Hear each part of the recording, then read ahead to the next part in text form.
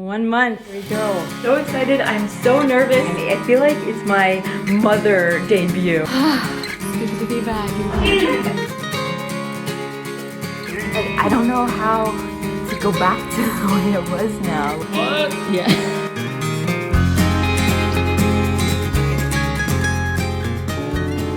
After getting pregnant over 2 years ago and having a baby abroad, it was finally time for me to bring my son home to meet my family.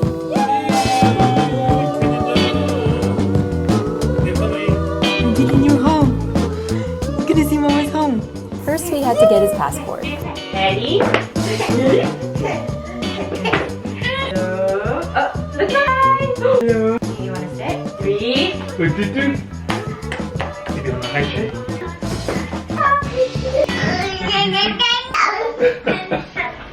It's so hot! Turns out, it's way easier to have a complete stranger take your toddler's passport photos. Then after about a month of talking to other moms, a lot of people I talked to suggested to bring Levi's cot sheet so that it smells like home, so I'm gonna pack that as well. Researching about traveling with a baby and list making, it was time for a little trial run. Shangri-La invited me for Mother's Day, and it's going to be the very first time Levi sleeps outside of her home overnight. I'll be able to figure out exactly what I need, hopefully, because I feel like I'm overpacking.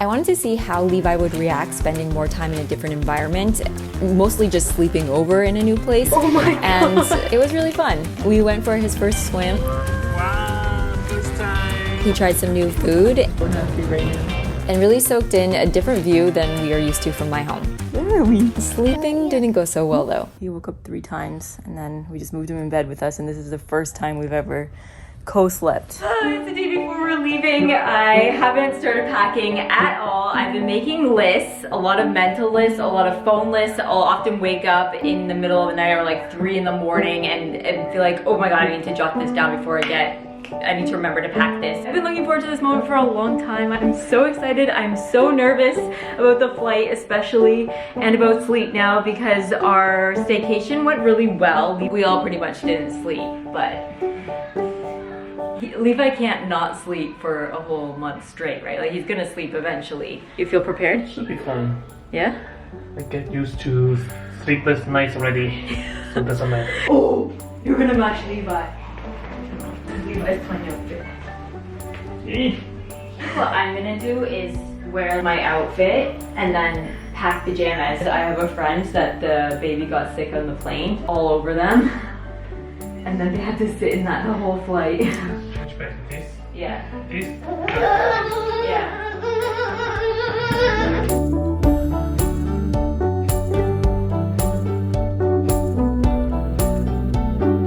Most of the time when I'm in Canada, I usually am just in leggings and sweatpants because we do a lot of family time. But this time, I feel like it's my mother debut and I want to shine, so I'm packing some fun stuff. Today is the day. Everything is pretty much packed up. Everything is going according to schedule. I made a giant salad, like bigger than my head, with all of the things we had in our fridge. I couldn't sleep last night. I was so excited. I have like butterflies and like I just can't wait to see everybody together and see how Levi interacts with his cousins, and my heart's gonna explode, I know it. Ready, 1 month.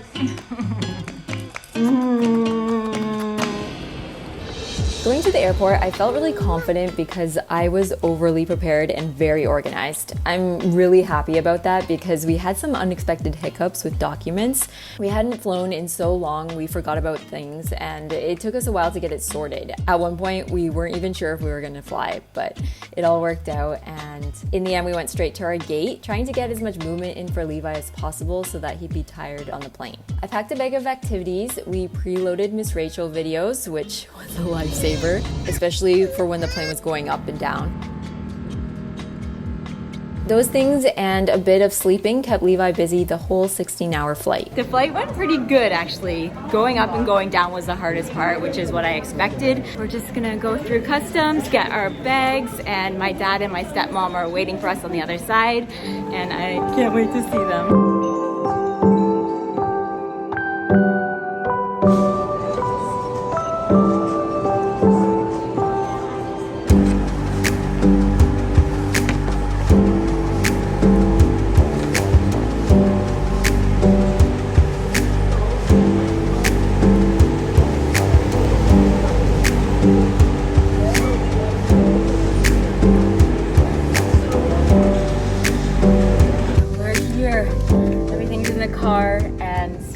My dad actually brought us my grandpa's old car for us to drive while we're here. Last time I was in it, it was with him, and he used to always pick me up from the airport. Now I'm here with this guy.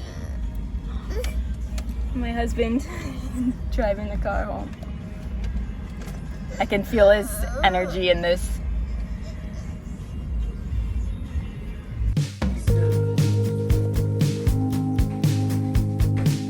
We're at our apartment in Toronto. Look at that! Wow, they put groceries. So my best friend Alyssa, my sister, my mom, my family's been great. My dad and stepmom, everyone's pitched in to do things and bring things.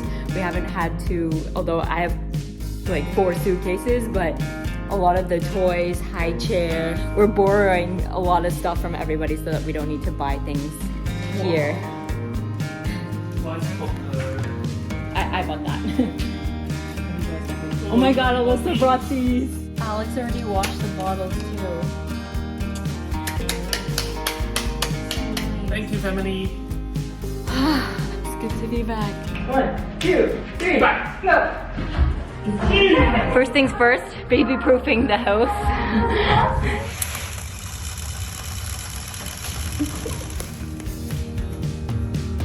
The jet lag was tough. We just went with the flow and tried to keep Levi as busy as possible during the day while getting a lot of sunlight. But we also let him rest when he needed. Then 2 weeks flew by. Good morning from Toronto. It has been a couple of weeks since I last saw you. I can't believe our trip is already halfway over. We're here for a month, but I am staying in my apartment. This is my bedroom. It's very empty. If you have been here for a while, you'll recognize this place. We bought it back in 2018, I think December, like right after we got married, and we had big plans for it. We were gonna spend half of our time in Toronto, half of our time in Hong Kong, and we were gonna do things to it. And then things happened, and COVID happened, and then a baby happened, and we just haven't gotten around to it. So it's pretty bare still, but it does the job. I don't think we'll be doing anything to it anytime soon. We do have a few new touches here and there. I'm gonna put you guys here on the ironing board that's right next to my bed because Levi is sleeping in our office / laundry area in a playpen. So I brought it into here so that I could do that while he sleeps. Our first week was pretty much a write-off. Glad we booked a month vacation because we knew traveling with a baby would be difficult, and we knew that it was going to be his immunity building trip, and that it was. He got hand, foot, and mouth disease pretty close to after we arrived. So we were basically inside, isolating for a week and taking care of him. Whoa, it's crispy now. And then we got to seeing family and stuff. That's basically most of what we've been doing. We see family members pretty much every day or close friends. And I knew that my heart was gonna be so full seeing it, but I had no idea how much I missed this. I don't know how to go back to the way it was now, like just seeing people that loved me and raised me love on him. I need this in my life. I need more of it in my life. So we definitely have to come back more often. I love living in Hong Kong. I love the opportunities it's presented me. I love the city. I love my friends. I love my life there. I love my life here. And I feel like I say this every time I travel back and forth, but it's been great so far. I also noticed Levi growing a lot through this trip, which has been really nice to see. I know for me myself, when I'm in a new environment, I'll have new inspirations and new experiences, so that will make me become even more myself. I'll discover more about me. But it's been really nice to see him go through that. He's just been playing with his cousins like crazy and not wanting anything to do with me, which never happens in Hong Kong, but he's just been so much more independent and being outside all the time, being around animals and family members and just becoming more himself. And I know he would do that anyway, so I don't know if it's just part of him also getting older, but I just noticed it happening so quickly here. Tom and I too, we've been really relaxed, I would say. Half because we have no Wi-Fi in this house. We canceled it during COVID because we just weren't here, so there was no point in paying. So it's been impossible for me to watch things or upload or do anything pretty much. I have my phone from Hong Kong, but there's like a little bit of Wi-Fi and it works for a bit. And then once my quota is up, it slows right down. So it's like, I get maybe like a minute on Instagram each morning. But honestly, it has been a blessing in disguise. I was really upset about it at first because I wanted to share a lot, and now I've kind of gotten used to it. Today we're gonna go shopping. I wanna head to Bloor Street to the Yorkville area. I really wanna check out Renfrew and some of the shops and cafes around there because I haven't been there yet during this trip. And I want to find a Father's Day gift because it's the very first time I'll be spending Father's Day in Canada. Not the very first time, the first time in a long time. Like, I don't even remember the last Father's Day I was here. I left home at 18 and I was always traveling during the summer specifically. Okay, face is ready. Now I need to get dressed. Levi's up. Did a bit of online shopping since coming here. Hello, baboosh!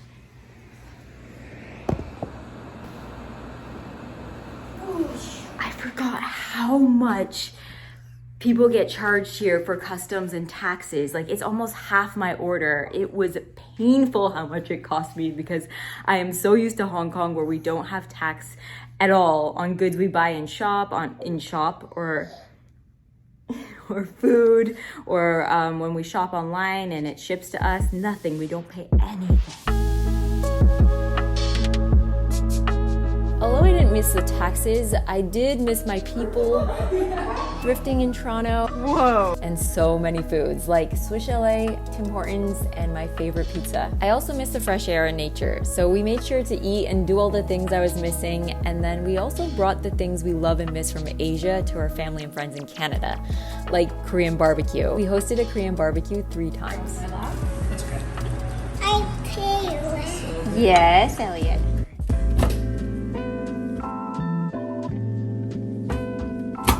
Towards the end of the trip, it was Father's Day, and I planned a very special first for Tom. I'm gonna give Tom his gift today because he's going to be doing it.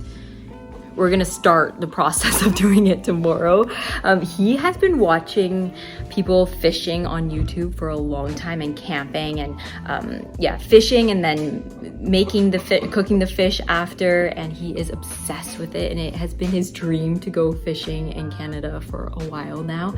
So I prepared a fishing excursion where a guy's gonna take him out on his boat, and he's gonna go with my brother-in-law. But it's out in Niagara area, and we live in Toronto, and they need to be there for 6 a.m. So we need to stay at my sister's in Niagara the night before, and we normally wouldn't, so I have to think of a reason why we need to be there, and I can't, so I think I'm just gonna give him his card tonight. Fishing trip?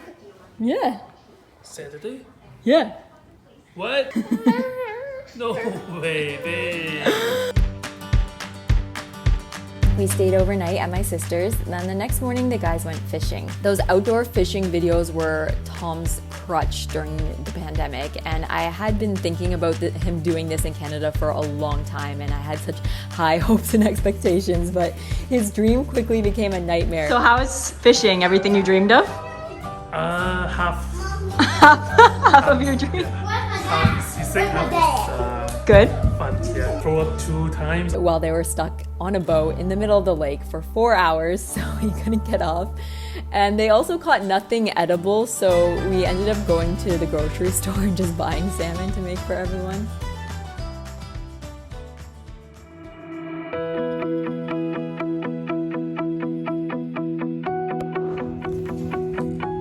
The next day, I hosted Father's Day lunch at our home. One of the tricks I learned from the restaurant industry when I worked for it, specifically Swiss Chalet, if you're Canadian, you will definitely know that place. Even though these are clean, water spots are easy to form, so I'm just gonna dunk them in the hot water and then wipe them, and then they're sparkling. Yesterday, I was putting together floral arrangements for the tables, and Tom's like, is this a wedding or like, what's happening? It's just a family lunch. I want to make it perfect because we're like, not perfect, but like as nice as possible because we're never here and it's a special day. I got the food catered by the food dudes. Alyssa recommended them because she used to work for an event company and she would use them all the time. The food looks delicious, so that made things a lot easier.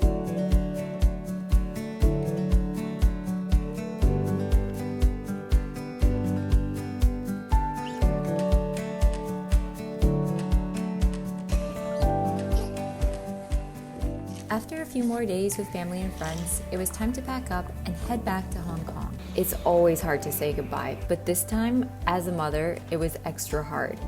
Having a kid made me realize how fast life is going by. I was back for like one quick week when my nana was passing, but that week feels like a blur because I was constantly in the hospital and everything was rushed. But before that, I hadn't been back for like 4 years, and I feel like I'm really noticing that people are getting older. And before, it always felt like when I would travel for contracts or like when I was living in Hong Kong, time would almost stop here and then I would come back and life would resume. But obviously that's not the case. People are busy, people are moving forward. My friends have changed a lot, my family. But this is the first time I really noticed like, whoa, life is really moving fast. Everyone's getting older and people are getting sick with things and not telling me because they don't want me to worry. And now it's hard. It's really hard leaving. And now that we all have kids, I'm missing so many special milestones and they're missing mine. Doing holidays separate is even tougher. So when I do make it home, we celebrate early. I'm grateful for that, and I'm grateful for the time we do have together. This past month was everything I hoped and longed for. Thank you so much. He has no idea what he did for me. So many core memories were made, and I already can't wait until we can go back for a visit again.